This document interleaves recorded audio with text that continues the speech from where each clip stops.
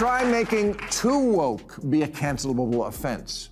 It's important for America to have a center-left party, and for that party to be competitive. And a good first step toward that goal would be to make the voters not want to punch you in the face. The reason I'm so mad at the Democrats is because as a voter, the issues that were important to me were democracy and the environment. And now, there's no one to champion or defend either of them because you, with your aggressively anti-common sense agenda and exclusionary attitude, blew it. Bill Maher has once again unleashed a brutal takedown that shook the Democratic Party to its very core. His words weren't just jokes, they were sharp truths that left the left reeling. What makes this even more explosive is that Maher isn't some right-wing commentator. He's a liberal, a voice from inside their own camp, and that's why his attacks hit so much harder. When he tore into the Democrats for their arrogance, their excuses, and their failure to connect with voters, the meltdown that followed was pure chaos. This isn't just another round of political commentary, this is a firestorm, and it's exposing exactly why the Democrats lost. My message to the losers: losers, look in the mirror. No? Well, maybe you should, sorry. Well, that's my feeling. Losers, look in the mirror, okay? For months, Democrats have been saying, how is this even close? And they're right, it wasn't. As a voter, I only had two priorities: democracy and the environment. These are not radical demands. They are fundamental to a better future. But Democrats failed on both counts. Instead of defending democracy, they played political games that we can trust. Instead of fighting for the environment, they abandoned it when it was no longer convenient. And in the process they lost everything: the House, the Senate, the White House, and even the Supreme Court. This wasn't just a political defeat. It was a betrayal. A betrayal of the voters who believed in them, and a betrayal of the values they claimed to stand for. Second Trump term, but they should have. When does America ever turn down second? I mean, come on. Look, this is just the facts. It's just the facts. Trump won all the swings, all seven. I mean, he ran the table. Trump won so big. Today he called the Secretary of State in Georgia and he asked him to lose him $11,000. Bill Maher opened his monologue with a brutal truth. Losers need to look in the mirror. No excuses, no finger-pointing, just accountability. For months, Democrats had been asking themselves, how could this race even be close? But Maher told them the truth they didn't want to hear: it wasn't close, and they lost because of their own arrogance. His words landed like a sledgehammer. Instead of comfort, he gave them reality. Instead of soft excuses, he gave them hard truth. And that's exactly why his message hit so hard.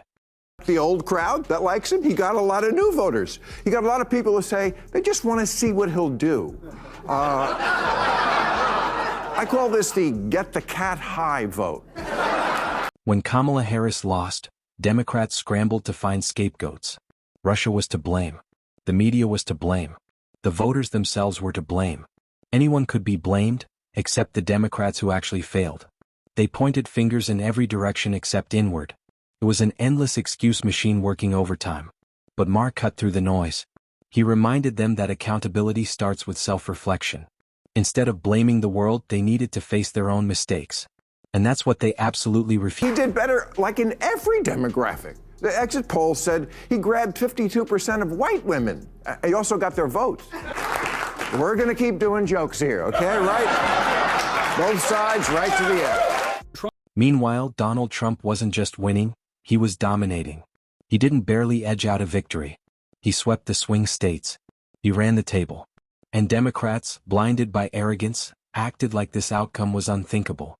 Maher reminded them of a simple truth: America rarely denies a president a second term. Trump kept his base energized, expanded his coalition, and capitalized on the Democrats' weaknesses.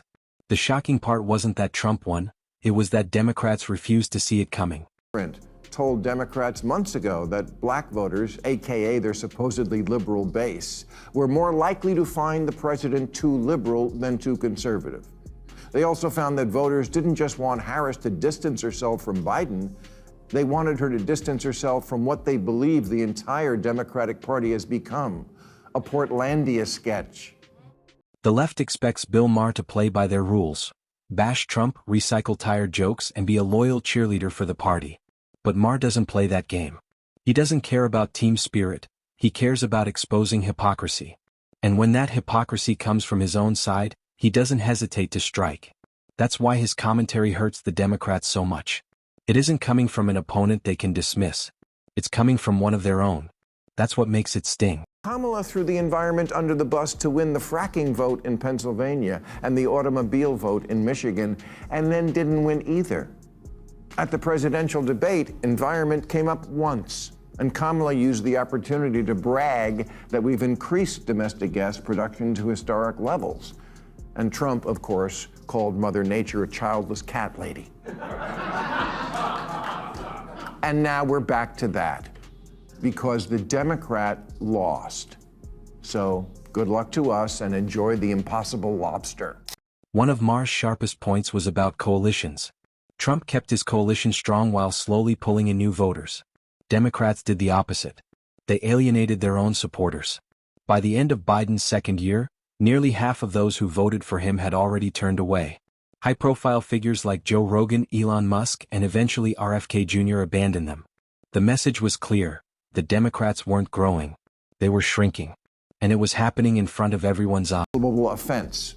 It's important for America to have a center-left party, and for that party to be competitive. And a good first step toward that goal would be to make the voters not want to punch you in the face.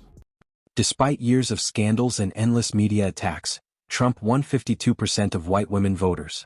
Democrats thought they had destroyed him with courtroom drama and wall-to-wall coverage. But instead of sinking his chances, it backfired. The voters weren't buying the media spin. They weren't swayed by endless accusations. They made their own judgment.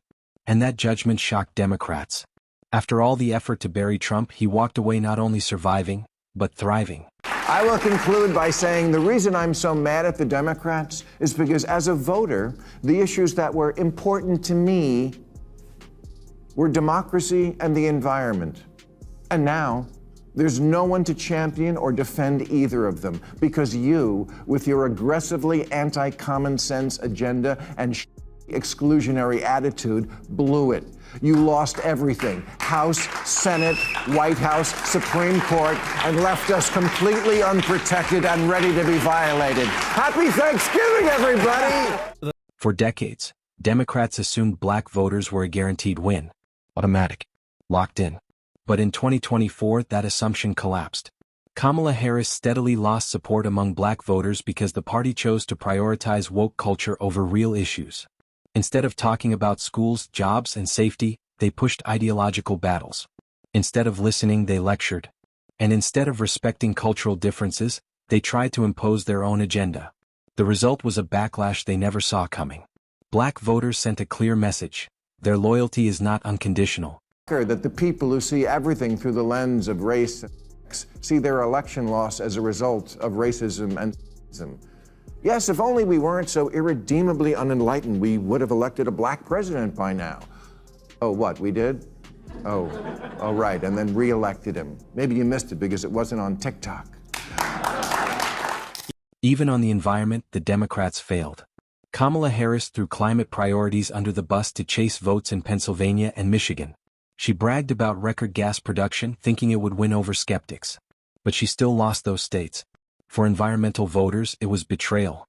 For moderates, it was weakness. And for the party as a whole, it was proof that they had no consistent vision. Trump mocked the entire issue, but Harris managed to alienate both sides at once. That was a failure of strategy and of principle. Trump's appeal has always been his authenticity. Love him or hate him, what you see is what you get.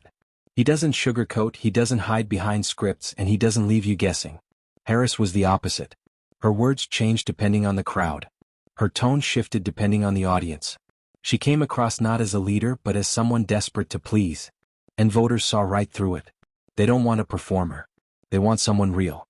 That difference was fatal for her campaign. Bill Maher pointed to the elephant in the room. Democrats are obsessed with woke culture. While families struggled with inflation, they debated gender identity.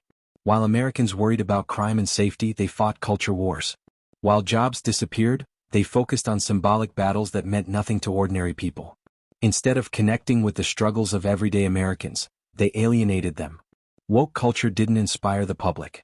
It annoyed them. And until Democrats realize that, they'll keep losing.